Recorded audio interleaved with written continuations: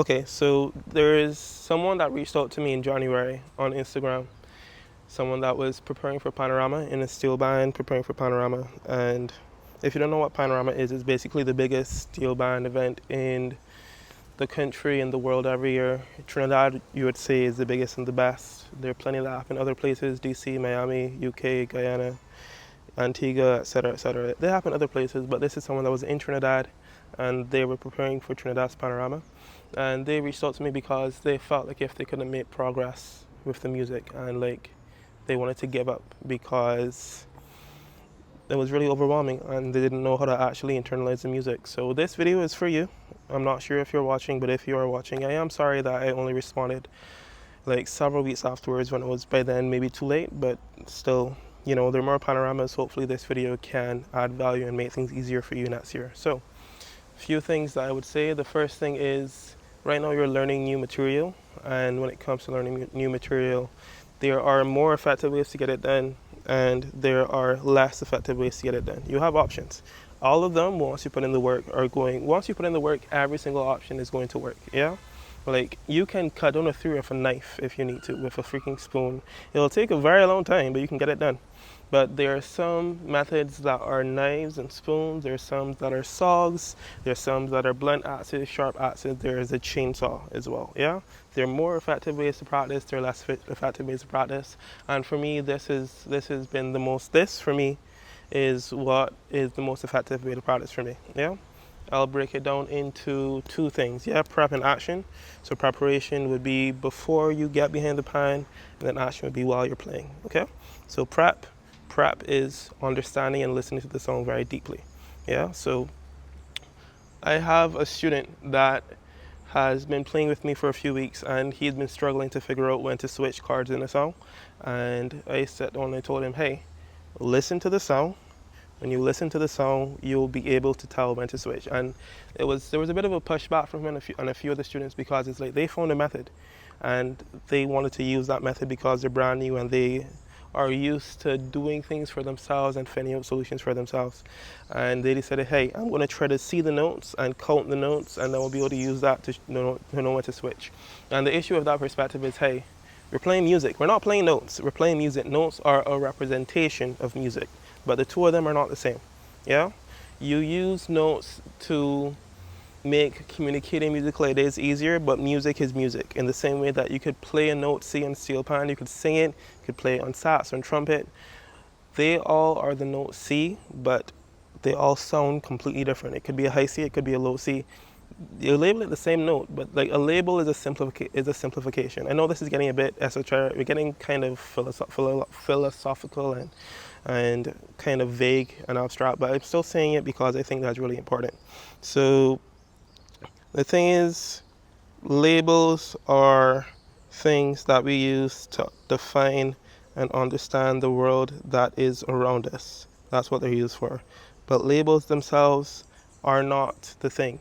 Like, the note is not the thing that you're learning. The music is what you're learning. And I'm saying all that to say, listening is the best thing you can do to prepare to learn a song. If you can hear the song in your head, the best of the best of the best can hear a song in their head and play it on the spot with no prep. Because once you can hear it in your head, then you know when to play what. If you're really good, then you can analyze, oh, okay, this is 3, 4, 5 of C major, basically matching note intervals, matching notes to numbers to figure out what they are. And then from there, you'd be able to understand, once you have enough context, you know what key you're in, you know what notes you have to play, you can play on the spot. That's what I can do. Really good musicians that I know that have been doing it for years, our seasons, can do it.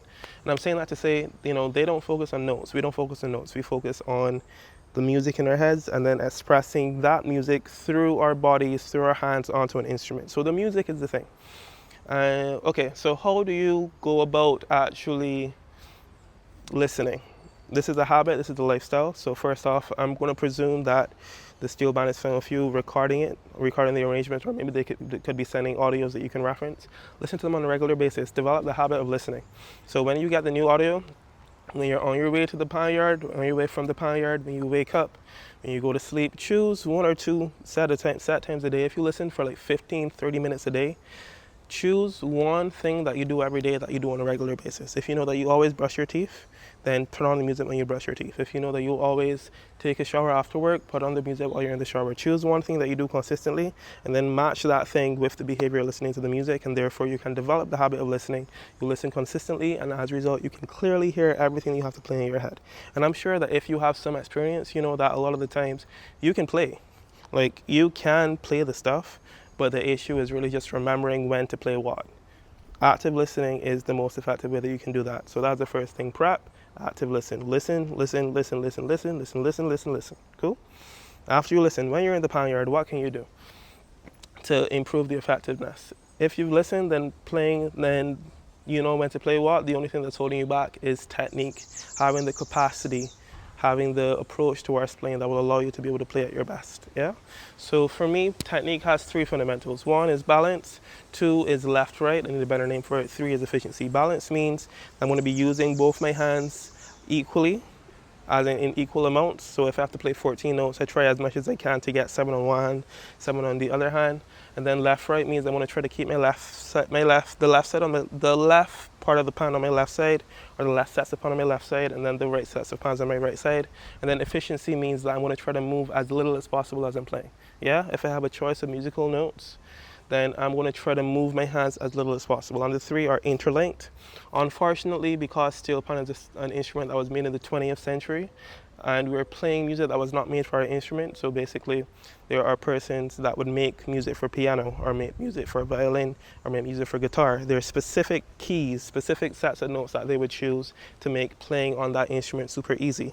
And we don't get that privilege because we were not there as the culture was being made. Yeah, the instrument that we play follows a pattern and follows a series of rules and guidelines when it comes to how it's actually made that does not fit cleanly onto the traditional mediums and approaches towards playing. So as a result, let's say there's an idea in piano that's super easy to play, but it's super difficult for Steelpanists to play it because unfortunately, the music was not made for the instrument that we're playing.